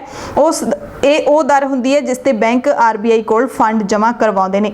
ਰੈਪੋ ਰੇਟ ਦਰ ਦੇ ਬਾਰੇ RBI ਦੇ ਗਵਰਨਰ ਸ਼ਕਤੀਕਾਂਤ ਦਾਸ ਨੇ ਐਲਾਨ ਕੀਤਾ ਤੇ ਨਾਲ ਹੀ ਉਹਨਾਂ ਨੇ ਪੇਂਡੂ ਅਰਥਚਾਰੇ ਦੀ ਹਾਲਤ ਵੀ ਦੱਸੀ ਹੈ। ਉਹਨਾਂ ਨੇ ਕਿਹਾ ਹੈ ਕਿ ਸੌਣੀ ਦੀ ਬਿਜਾਈ ਵਿੱਚ ਹੋਏ ਵਿਕਾਸ ਸਦਕਾ ਪੇਂਡੂ ਆਰਥਿਕਤਾ ਦੇ ਵਿੱਚ ਸੁਧਾਰ ਹੋਏਗਾ ਤੇ ਅਰਥਚਾਰਾ ਮੁੜ ਮਜ਼ਬੂਤ ਹੋਏਗਾ ਜਿਹੜਾ ਕਿ ਕਿਸਾਨੀ ਦੇ ਲਈ ਚੰਗੀ ਖਬਰ ਹੈ ਕਿਉਂਕਿ ਜਿਹੜੀਆਂ ਫਸਲਾਂ ਨੇ ਉਹ ਤਕਰੀਬਨ ਸਹੀ ਤਰੀਕੇ ਦੇ ਨਾਲ ਹੋ ਰਹੀਆਂ ਨੇ ਤੇ ਉਹਨਾਂ ਦੀ ਪੈਦਾਵਾਰ ਹੋਣ ਤੋਂ ਬਾਅਦ ਮੰਡੀਆਂ ਦੇ ਵਿੱਚ ਵੀ ਸਰਕਾਰ ਉਹਨਾਂ ਨੂੰ ਖਰੀਦਣ ਦਾ ਤੇ ਅੱਗੇ ਉਹਨਾਂ ਨੂੰ ਲਿਫਟ ਕਰਨ ਦਾ ਚੰਗਾ ਪ੍ਰਬੰਧ ਕਰ ਰਹੀ ਹੈ ਜਿਵੇਂ ਕਿ ਕਣਕ ਦੀ ਫਸਲ ਦਾ ਪੰਜਾਬ ਸਰਕਾਰ ਵੱਲੋਂ ਕੀਤਾ ਗਿਆ ਸੀ ਤੇ ਪੂਰੇ ਬਾਕੀ ਸੂਬਿਆਂ ਦੇ ਵਿੱਚ ਵੀ। ਇਸ ਕਰਕੇ ਸ਼ਕਤੀਕਾਂਤ ਦਾਸ ਨੇ ਇਹ ਅੰਦਾਜ਼ਾ ਦਿੱਤਾ ਹੈ ਕਿ ਪੇਂਡੂ ਅਰਥਚਾਰੇ ਦੀ ਹਾਲਤ ਦੇ ਵਿੱਚ ਸੁਧਾਰ ਹੋਏਗਾ।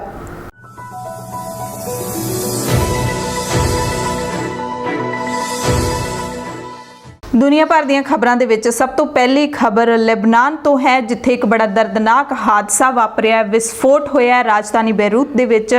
ਹੁਣ ਤੱਕ 100 ਤੋਂ ਵੱਧ ਲੋਕਾਂ ਦੀ ਮੌਤ ਹੋ ਚੁੱਕੀ ਹੈ। 4000 ਤੋਂ ਵੱਧ ਲੋਕ ਇਸ ਧਮਾਕੇ ਦੀ ਚਪੇਟ ਦੇ ਵਿੱਚ ਆਏ ਨੇ, ਬੁਰੀ ਤਰ੍ਹਾਂ ਦੇ ਨਾਲ ਜ਼ਖਮੀ ਨੇ ਤੇ ਇਸ ਧਮਾਕੇ ਤੋਂ ਬਾਅਦ ਲੈਬਨਾਨ ਸਰਕਾਰ ਨੇ ਮੰਤਰੀ ਮੰਡਲ ਦੀ ਬੈਠਕ ਕਰਨ ਤੋਂ ਬਾਅਦ ਫੈਸਲਾ ਲਿਆ ਕਿ ਲੈਬਨਾਨ ਦੇ ਵਿੱਚ 2 ਹਫ਼ਤਿਆਂ ਦੀ ਐਮਰਜੈਂਸੀ ਲਾ ਦਿੱਤੀ ਗਈ ਹੈ। ਸਰਕਾਰ ਨੇ ਕਿਹਾ ਹੈ ਕਿ ਬੇਰੂਤ ਬੰਦਰਗਾਹ ਦੇ ਕਈ ਅਧਿਕਾਰੀਆਂ ਨੂੰ ਉਦੋਂ ਤੱਕ ਨਜ਼ਰਬੰਦ ਰੱਖਿਆ ਜਾਵੇਗਾ ਜਦੋਂ ਤੱਕ ਇਸ ਗੱਲ ਦੀ ਜਾਂਚ ਪੂਰੀ ਨਹੀਂ ਹੋ ਜਾਂਦੀ ਕਿ ਬੰਦਰਗਾਹ ਦੇ ਵਿੱਚ 2750 ਟਨ ਅਮੋਨੀਅਮ ਨਾਈਟ੍ਰੇਟ ਕਿਵੇਂ ਲਿਆਂਦਾ ਗਿਆ। ਇਸ ਹਾਦਸੇ ਤੋਂ ਬਾਅਦ ਦੁਨੀਆ ਭਰ ਦੇ ਕਈ ਮੁਲਕ ਲੈਬਨਾਨ ਦੀ ਮਦਦ ਦੇ ਲਈ ਅੱਗੇ ਆਏ ਨੇ। ਆਸਟ੍ਰੇਲੀਆ, ਇੰਡੋਨੇਸ਼ੀਆ ਤੋਂ ਲੈ ਕੇ ਯੂਰਪ, ਅਮਰੀਕਾ ਤੇ ਹੋਰ ਦੇਸ਼ਾਂ ਨੇ ਸਹਾਇਤਾ ਦੀ ਪੇਸ਼ਕਸ਼ ਕੀਤੀ ਹੈ।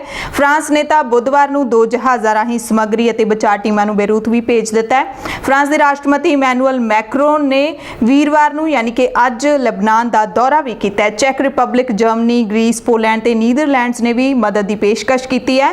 ਵਿਸ਼ਵ ਸਿਹਤ ਸੰਸਥਾ WHO ਨੇ ਵੀ ਮੈਡੀਕਲ ਉਪਕਰਨ ਲੈਬਨਾਨ ਭੇਜ ਦਿੱਤੇ ਨੇ। ਰੂਸ ਦੇ ਐਮਰਜੈਂਸੀ ਰਾਹਤ ਅਧਿਕਾਰੀਆਂ ਨੇ ਕਿਹਾ ਕਿ ਉਹਨਾਂ ਦਾ ਦੇਸ਼ ਬੇਰੂਤ ਨੂੰ ਰਾਹਤ ਸਮੱਗਰੀ ਦੇ 5 ਜਹਾਜ਼ ਭੇਜ ਰਿਹਾ ਹੈ। ਸੋ ਜਿਹੜਾ ਇਹ ਸਿਤਮ ਹੈ ਵਿਸਫੋਟ ਦਾ, ਇਹ ਪਤਾ ਨਹੀਂ ਲੈਬਨਾਨ ਦੀ ਰਾਜਧਾਨੀ ਨੂੰ ਕਿੰਨੇ ਸਾਲਾਂ ਤੱਕ ਝੱਲਣਾ ਪਵੇਗਾ ਕਿਉਂਕਿ ਜਦੋਂ ਵੀ ਕੋਈ ਇਸ ਤਰ੍ਹਾਂ ਦਾ ਵਿਸਫੋਟਕ ਧਮਾਕਾ ਹੁੰਦਾ ਹੈ ਤਾਂ ਲੋਕ ਉੱਥੋਂ ਦੇ ਸਾਲਾਂ ਤੱਕ ਕਿਸੇ ਨਾ ਕਿਸੇ ਬਿਮਾਰੀ ਦਾ ਸ਼ਿਕਾਰ ਹੋਣ ਲੱਗਦੇ ਨੇ। ਉੱਥੋਂ ਦੀ ਮਿੱਟੀ, ਪਾਣੀ, ਬਹੁਤ ਕੁਝ ਪ੍ਰਭਾਵਿਤ ਹੁੰਦਾ ਹੈ ਜਦੋਂ ਬਾਰੂਦ ਦੇ ਨਾਲ ਇੰਨਾ ਵੱਡਾ ਧਮਾਕਾ ਕੋਈ ਹੁੰਦਾ।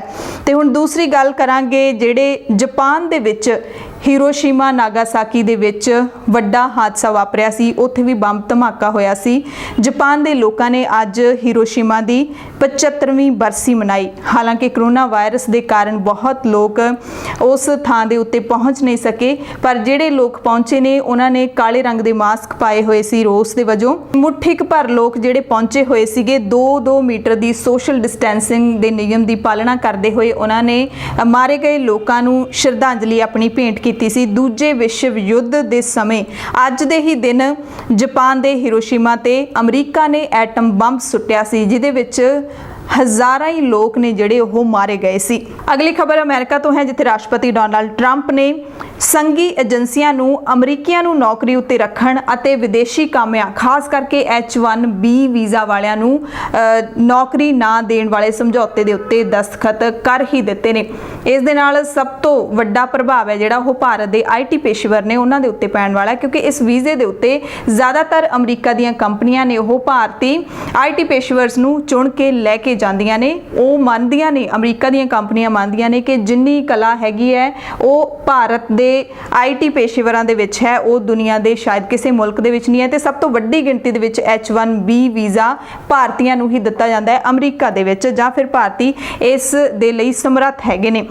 ਤੇ ਜਦੋਂ ਟਰੰਪ ਨੇ ਇਸ ਦੇ ਉੱਤੇ ਦਸਤਖਤ ਕਰ ਦਿੱਤੇ ਨੇ ਤਾਂ ਦੂਸਰੇ ਪਾਸੇ ਡੈਮੋਕ੍ਰੈਟਿਕ ਪਾਰਟੀ ਨੇ ਆਪਣਾ ਜਿਹੜਾ ਚੋਣ ਮਨੋਰਥ ਪੱਤਰ ਹੈ ਉਸ ਦੇ ਵਿੱਚ ਇਸ ਮਸਲੇ ਨੂੰ ਪਹਿਲੇ ਨੰਬਰ ਤੇ ਰੱਖਿਆ, ਕਿਉਂਕਿ ਨਵੰਬਰ ਦੇ ਵਿੱਚ ਰਾਸ਼ਟਰਪਤੀ ਚੋਣ ਹੋਣ ਵਾਲੀ ਹੈ। ਤੇ ਜੋ ਚੀਜ਼ਾਂ ਟਰੰਪ ਮਨਾ ਕਰ ਰਹੇ ਨੇ ਅਮਰੀਕਾ ਦੇ ਵਿੱਚ ਤੇ ਡੈਮੋਕ੍ਰੈਟਿਕ ਪਾਰਟੀ ਹੈ ਉਹਨਾਂ ਨੂੰ ਮੁੱਦਾ ਬਣਾ ਰਹੀ ਹੈ। ਉਹਨਾਂ ਨੇ ਆਪਣੇ ਮੈਨੀਫੈਸਟੋ ਦੇ ਵਿੱਚ ਕਿਹਾ ਹੈ ਕਿ ਜੇਕਰ ਨਵੰਬਰ 'ਚ ਹੋਣ ਵਾਲੀ ਚੋਣ ਦੇ ਵਿੱਚ ਉਹਨਾਂ ਦੀ ਪਾਰਟੀ ਸੱਤਾ ਦੇ ਵਿੱਚ ਆਉਂਦੀ ਹੈ ਤਾਂ ਉਹ ਸਭ ਤੋਂ ਪਹਿਲਾਂ ਗ੍ਰੀਨ ਕਾਰਡ ਤੇ ਲੱਗੀ ਰੋਕ ਨੂੰ ਖਤਮ ਕਰਨਗੇ ਅਤੇ ਪਹਿਲਾਂ ਦਿੱਤੀਆਂ ਅਰਜ਼ੀਆਂ ਦਾ ਨਿਬੇੜਾ ਕਰਨ ਦੇ ਲਈ ਕਦਮ ਚੁੱਕਣਗੇ। ਮੈਨੀਫੈਸਟੋ ਦੇ ਵਿੱਚ ਉਹਨਾਂ ਨੇ ਜਿਹੜਾ ਟਰੰਪ ਨੇ H1B ਵੀਜ਼ਾ ਜਾਰੀ ਕਰਨ ਦੀ ਪ੍ਰਕਿਰਿਆ ਦੇ ਉੱਤੇ ਰੋਕ ਲਾਈ ਹੈਗੀ ਹੈ ਉਸ ਦੇ ਫੈਸਲੇ ਦਾ ਵੀ ਵਿਰੋਧ ਕੀਤਾ ਹੈ ਤੇ ਇਹ ਭਰੋਸਾ ਦਿਵਾਇਆ ਹੈ ਭਾਰਤੀਆਂ ਨੂੰ ਕਿ ਅਸੀਂ H1B ਵੀਜ਼ਾ ਨੂੰ ਮੁੜ ਤੋਂ ਸ਼ੁਰੂ ਕਰਾਂਗੇ, ਜਿਹੜਾ ਕਿ ਟਰੰਪ ਨੇ ਦਸੰਬਰ 2020 ਤੱਕ ਬੈਨ ਲਾ ਰੱਖਿਆ ਇਸ ਵੀਜ਼ੇ ਦੇ ਉੱਤੇ ਕਿ ਕਿਸੇ ਨੂੰ ਜਾਰੀ ਨਾ ਕੀਤਾ ਜਾਵੇ। ਟਰੰਪ ਮੰਨਦੇ ਨੇ ਕਿ ਬਾਹਰਲੇ ਦੇਸ਼ਾਂ ਦੇ ਜਿਹੜੇ ਲੋਕ ਨੇ ਉਹਨਾਂ ਨੂੰ ਰੁਜ਼ਗਾਰ ਦੇਣ ਨਾਲੋਂ ਮੈਂ ਆਪਣੇ ਅਮਰੀਕੀ ਲੋਕਾਂ ਨੂੰ ਰੁਜ਼ਗਾਰ ਦੇਣਾ ਚੰਗਾ ਸਮਝਦਾ, ਕਿਉਂਕਿ ਆਰਥਿਕ ਮੰਦੀ ਦੇ ਦੌਰ ਦੇ ਵਿੱਚੋਂ ਅਮਰੀਕਾ ਵੀ ਗੁਜ਼ਰ ਰਿਹਾ ਹੈ। ਅਮਰੀਕੀ ਰਾਸ਼ਟਰਪਤੀ ਡੋਨਾਲਡ ਟਰੰਪ ਦੇ ਨਾਲ ਜੁੜੀ ਇੱਕ ਹੋਰ ਵੱਡੀ ਖਬਰ ਹੈ ਕਿ ਫੇਸਬੁੱਕ ਨੇ ਰਾਸ਼ਟਰਪਤੀ ਟਰੰਪ ਦੀ ਇੱਕ ਪੋਸਟ ਨੂੰ ਡਿਲੀਟ ਕਰ ਦਿੱਤਾ ਹੈ। ਕਰੋਨਾ ਵਾਇਰਸ ਨੂੰ ਲੈ ਕੇ ਟਰੰਪ ਦੀ ਪੋਸਟ ਨੂੰ ਫੇਸਬੁੱਕ ਨੇ ਪਹਿਲੀ ਵਾਰੀ ਡਿਲੀਟ ਕੀਤਾ ਹੈ। ਫੇਸਬੁੱਕ ਦਾ ਕਹਿਣਾ ਹੈ ਕਿ ਰਾਸ਼ਟਰਪਤੀ ਟਰੰਪ ਦੀ ਪੋਸਟ ਗਲਤ ਸੂਚਨਾ ਸਾਂਝਾ ਕਰਨ ਦੇ ਮਾਮਲਿਆਂ ਦੇ ਨਿਯਮਾਂ ਦਾ ਉਲੰਘਣ ਕਰ ਰਹੀ ਸੀ। ਟਰੰਪ ਦੀ ਪੋਸਟ ਦੇ ਨਾਲ ਫੌਕਸ ਨਿਊਜ਼ ਨੂੰ ਦਿੱਤੇ ਗਏ ਟਰੰਪ ਦੇ ਇੰਟਰਵਿਊ ਦਾ ਇੱਕ ਵੀਡੀਓ ਕਲਿੱਪ ਵੀ ਜੋੜਿਆ ਗਿਆ ਸੀ। ਟਰੰਪ ਇਸ ਵੀਡੀਓ ਦੇ ਵਿੱਚ ਦਾਅਵਾ ਕਰ ਰਹੇ ਨੇ ਕਿ ਬੱਚੇ ਕੋਵਿਡ-19 ਤੋਂ ਲਗਭਗ ਸੁਰੱਖਿਅਤ ਹੈਗੇ ਨੇ। ਫੇਸਬੁੱਕ ਦੇ ਬੁਲਾਰੇ ਨੇ ਕਿਹਾ ਕਿ ਇਸ ਵੀਡੀਓ ਵਿੱਚ ਕੋਵਿਡ-19 ਨੂੰ ਲੈ ਕੇ ਗਲਤ ਦਾਅਵਾ ਕੀਤਾ ਗਿਆ ਤੇ ਇਹ ਸਾਡੀ ਨੀਤੀ ਦੀ ਉਲੰਘਣਾ ਹੈਗੀ ਹੈ। ਅਸੀਂ ਕਰੋਨਾ ਵਾਇਰਸ ਦੇ ਫੈਲਾਅ ਨੂੰ ਲੈ ਕੇ ਗਲਤ ਸੂਚਨਾ ਫੈਲਾਉਣ ਦੇ ਖਿਲਾਫ ਹੈਗੇ ਆ। ਔਰ ਜੋ ਫੇਸਬੁੱਕ ਨੇ ਕਾਰਵਾਈ ਕੀਤੀ ਹੈ ਉਸ ਨੂੰ ਲੈ ਕੇ ਵਾਈਟ ਹਾਊਸ ਤੋਂ ਹਾਲੇ ਤੱਕ ਕੋਈ ਵੀ ਪ੍ਰਤੀਕਰਮ ਨਹੀਂ ਆਇਆ। ਅਗਲੀ ਖਬਰ ਦੁਬਈ ਤੋਂ ਹੈ। ਦੁਬਈ ਉਹ ਮੁਲਕ ਹੈ ਜਿੱਥੇ ਪੂਰੀ ਦੁਨੀਆ ਤੋਂ ਜਿਹੜੇ ਯਾਤਰੀ ਨੇ ਘੁੰਮਣ ਜਾਂਦੇ ਨੇ। ਵੱਡੀ ਗਿਣਤੀ ਦੇ ਵਿੱਚ ਦੁਬਈ ਦੀ ਸਰਕਾਰ ਨੂੰ ਯਾਤਰੀਆਂ ਤੋਂ ਜਿਹੜਾ ਹੈ ਆਰਥਿਕ ਹੁੰਗਾਰਾ ਮਿਲਦਾ ਹੈ, ਪਰ ਹੁਣ ਦੁਬਈ ਕਹਿੰਦੇ ਦੁਬਲਾ ਹੋ ਰਿਹਾ, ਆਰਥਿਕ ਪੱਖ ਤੋਂ ਬਹੁਤ ਹੀ ਕਮਜ਼ੋਰ ਹੋ ਰਿਹਾ ਹੈ। ਇਸ ਸਾਲ ਦੀ ਪਹਿਲੀ ਛਮਾਹੀ ਦੇ ਵਿੱਚ ਵਿਦੇਸ਼ੀ ਨਿਵੇਸ਼ ਯਾਨੀ ਕਿ FDI ਦੇ ਵਿੱਚ ਪਿਛਲੇ ਸਾਲ ਦੇ ਇਸੇ ਸਮੇਂ ਦੀ ਤੁਲਨਾ ਦੇ ਵਿੱਚ 74% ਦੀ ਗਿਰਾਵਟ ਆਈ ਹੈ, ਜਿਹੜੀ ਕਿ ਬਹੁਤ ਵੱਡੀ ਗਿਰਾਵਟ ਹੈ। ਹੁਣ ਗੱਲ ਕਰ ਲੈਂਦੇ ਹਾਂ ਭਾਰਤ ਪਾਕਿਸਤਾਨ ਦੇ ਵਿਚਾਲੇ ਜੋ ਕਸ਼ਮੀਰ ਦਾ ਇੱਕ ਮੁੱਦਾ ਉਲਝਿਆ ਹੋਇਆ 2019 ਤੋਂ ਲੈ ਕੇ। ਹਾਲਾਂਕਿ ਦੋਵਾਂ ਮੁਲਕਾਂ ਦੇ ਵਿਚਾਲੇ ਕਦੇ ਵੀ ਹਾਲਾਤ ਨੇ ਜਿਹੜੇ ਇੰਨੇ ਸੁਖਾਵੇਂ ਨਹੀਂ ਰਹਿੰਦੇ। 5 ਅਗਸਤ ਨੂੰ ਕਸ਼ਮੀਰ ਦੇ ਵਿੱਚ ਜੋ ਧਾਰਾ 370 ਰੱਦ ਕਰਕੇ ਖੁਦ ਮੁਖਤਿਆਰ ਸੂਬੇ ਦਾ ਦਰਜਾ ਖੋਇਆ ਸੀ ਭਾਰਤ ਸਰਕਾਰ ਨੇ, ਉਸ ਦੀ ਪਹਿਲੀ ਬਰਸੀ ਹੈ ਜਿਹੜੀ 5 ਅਗਸਤ 2020 ਨੂੰ ਮਨਾਈ ਗਈ, ਕਿਉਂਕਿ ਭਾਰਤ ਸਰਕਾਰ ਨੇ 5 ਅਗਸਤ 2019 ਨੂੰ ਇਹ ਕਾਰਵਾਈ ਕੀਤੀ ਸੀ। ਸੋ 1 ਸਾਲ ਬੀਤਣ ਤੇ ਪਾਕਿਸਤਾਨ ਸੁਰੱਖਿਆ ਕੌਂਸਲ ਦੇ ਵਿੱਚ ਇਸ ਮੁੱਦੇ ਨੂੰ ਲੈ ਕੇ ਗਿਆ, ਪਰ ਪਾਕਿਸਤਾਨ ਦੀਆਂ ਕੋਸ਼ਿਸ਼ਾਂ ਉਸ ਵਕਤ ਅਸਫਲ ਹੋ ਗਈਆਂ ਜਦੋਂ ਕੌਂਸਲ ਨੇ ਕਿਹਾ ਕਿ ਇਹ ਮਸਲਾ ਭਾਰਤ ਤੇ ਪਾਕਿਸਤਾਨ ਨੂੰ ਆਪਸੀ ਗੱਲਬਾਤ ਦੇ ਰਾਹੀਂ ਸੁਲਝਾਉਣਾ ਪਵੇਗਾ। ਇਹ ਵੀ ਜਾਣਕਾਰੀ ਮਿਲ ਰਹੀ ਹੈ ਹਿੰਦੁਸਤਾਨ ਟਾਈਮਸ ਦੇ ਹਵਾਲੇ ਦੇ ਨਾਲ ਕਿ ਕੌਂਸਲ ਦੇ 5 ਵਿੱਚੋਂ 4 ਮੈਂਬਰ ਅਮਰੀਕਾ, ਬ੍ਰਿਟੇਨ, ਫਰਾਂਸ ਤੇ ਰੂਸ ਨੇ ਬੈਠਕ ਦੇ ਵਿੱਚ ਭਾਰਤ ਦਾ ਪੱਖ ਲਿਆ ਤੇ ਪਾਕਿਸਤਾਨ ਇਸ ਕੋਸ਼ਿਸ਼ ਦੇ ਵਿੱਚ ਅਸਫਲ ਹੋਇਆ। ਉਸ ਤੋਂ ਬਾਅਦ ਪਾਕਿਸਤਾਨ ਦੇ ਪ੍ਰਧਾਨ ਮੰਤਰੀ ਇਮਰਾਨ ਖਾਨ ਨੇ ਫਿਰ ਕਿਹਾ ਹੈ ਕਿ ਉਹਨਾਂ ਦਾ ਮੁਲਕ ਕਸ਼ਮੀਰ ਮੁੱਦਾ ਸਾਰੇ ਕੌਮਾਂਤਰੀ ਮੰਚਾਂ ਤੇ ਉਠਾਉਣਾ ਜਾਰੀ ਰੱਖੇਗਾ ਜਦੋਂ ਤੱਕ ਸਾਨੂੰ ਇਸ ਦੇ ਵਿੱਚ ਕਾਮਯਾਬੀ ਨਹੀਂ ਮਿਲ ਜਾਂਦੀ, ਜਦੋਂ ਤੱਕ ਅਸੀਂ ਜੰਮੂ ਕਸ਼ਮੀਰ ਨੂੰ ਮੁੜ ਤੋਂ ਆਜ਼ਾਦ ਸੂਬੇ ਦਾ ਦਰਜਾ ਹਾਸਲ ਨਹੀਂ ਕਰਵਾ ਦਿੰਦੇ। ਹੁਣ ਇੱਕ ਰਿਪੋਰਟ ਦੀ ਗੱਲ ਕਰ ਲੈਂਦੇ ਆ ਜਿਹੜੀ ਦਾਅਵਾ ਕਰਦੀ ਹੈ ਕਿ ਅਮਰੀਕਾ ਭਾਰਤ ਨੂੰ ਹਥਿਆਰਾਂ ਦੀ ਵਿਕਰੀ ਵਧਾਉਣ ਦੇ ਲਈ ਪੱਬਾਂ ਭਾਰ ਹੋਇਆ ਪਿਆ। ਰਿਪੋਰਟ ਕਹਿੰਦੀ ਹੈ ਕਿ ਇਹਨਾਂ ਹਥਿਆਰਾਂ ਦੇ ਵਿੱਚ ਹਥਿਆਰਬੰਦ ਡਰੋਨਾਂ ਦੀ ਵਿਕਰੀ ਵੀ ਸ਼ਾਮਲ ਹੈ ਜੋ 1000 ਪਾਉਂਡ ਵਜ਼ਨੀ ਬੰਬ ਅਤੇ ਮਿਜ਼ਾਈਲਾਂ ਲਿਜਾਣ ਦੇ ਸਮਰੱਥ ਹੈ। ਰਿਪੋਰਟ ਕਹਿੰਦੀ ਹੈ ਕਿ ਅਮਰੀਕਾ ਨੂੰ ਇਹ ਨਵਾਂ ਵਿਚਾਰ ਜੂਨ ਮਹੀਨੇ ਲੱਦਾਖ ਵਿੱਚ ਭਾਰਤ ਤੇ ਚੀਨ ਦੀਆਂ ਫੌਜਾਂ ਦਰਮਿਆਨ ਹੋਏ ਟਕਰਾਅ ਤੋਂ ਬਾਅਦ ਆਇਆ। ਪੂਰਬੀ ਲੱਦਾਖ ਦੀ ਗਲਵਾਨ ਵਾਦੀ ਵਿੱਚ ਹੋਏ ਇਸ ਟਕਰਾਅ ਦੌਰਾਨ 20 ਭਾਰਤੀ ਹਥਿਆਰਬੰਦ ਫੌਜੀਆਂ ਦੀ ਜਾਨ ਚਲੀ ਗਈ ਸੀ, ਜਿਸ ਤੋਂ ਬਾਅਦ ਅਮਰੀਕਾ ਨੇ ਇਹ ਜਿਹੜਾ ਵਿਚਾਰ ਬਣਾਇਆ, ਇਹ ਮਨ ਬਣਾਇਆ ਕਿ ਭਾਰਤ ਨੂੰ ਵੱਧ ਤੋਂ ਵੱਧ ਹਥਿਆਰ ਨੇ ਜਿਹੜੇ ਉਹ ਵੇਚੇ ਜਾਣ ਤੇ ਭਾਰਤ ਹਥਿਆਰ ਖਰੀਦਣ ਦੇ ਵਿੱਚ ਦਿਲਚਸਪੀ ਵੀ ਦਿਖਾ ਰਿਹਾ ਹੈ ਕਿਉਂਕਿ ਇਹ ਇੰਟਰਨੈਸ਼ਨਲ ਜਿਹੜੇ ਮਸਲੇ ਹੁੰਦੇ ਨੇ, ਇੰਟਰਨੈਸ਼ਨਲ ਪੋਲਿਟਿਕਸ ਹੁੰਦੀ ਹੈ, ਇਸ ਦੇ ਵਿੱਚ ਜਿਹੜਾ ਮੁਲਕ ਵੱਧ ਹਥਿਆਰ ਖਰੀਦੇਗਾ ਜਾਂ ਜਿਹਦੇ ਕੋਲ ਜ਼ਿਆਦਾ ਪਰਮਾਣੂ ਬਲ ਹੋਏਗਾ ਉਹ ਇਸ ਦੁਨੀਆ ਦੇ ਵਿੱਚ ਤਾਕਤਵਰ ਮੰਨਿਆ ਜਾਂਦਾ ਹੈ। ਅਗਲੀ ਖਬਰ ਬੰਗਲਾਦੇਸ਼ ਤੋਂ ਹੈ ਜਿੱਥੇ ਮਦਰਸੇ ਦੇ ਵਿਦਿਆਰਥੀਆਂ ਤੇ ਅਧਿਆਪਕਾਂ ਸਣੇ ਕਰੀਬ 50 ਵਿਅਕਤੀਆਂ ਨੂੰ ਲੈ ਕੇ ਜਾ ਰਹੀ ਇੱਕ ਕਿਸ਼ਤੀ ਦੇ ਪਲਟਣ ਕਾਰਨ 17 ਜਣਿਆਂ ਦੀ ਮੌਤ ਹੋ ਗਈ ਹੈ। ਇਹ ਹਾਦਸਾ ਨੇਤਰੋਕੋਨਾ ਜ਼ਿਲ੍ਹੇ ਦੇ ਮੈਦਾਨ ਉਪ ਜ਼ਿਲ੍ਹੇ ਦੇ ਵਿੱਚ ਵਾਪਰਿਆ ਹੈ ਜਦੋਂ ਇੱਕ ਮਦਰਸੇ ਦੇ ਵਿਦਿਆਰਥੀ ਤੇ ਅਧਿਆਪਕ ਸੈਰ ਸਪਾਟੇ ਵਾਲੀ ਥਾਂ ਤੇ ਜਾ ਰਹੇ ਸੀ, ਘੁੰਮਣ ਜਾ ਰਹੇ ਸੀ।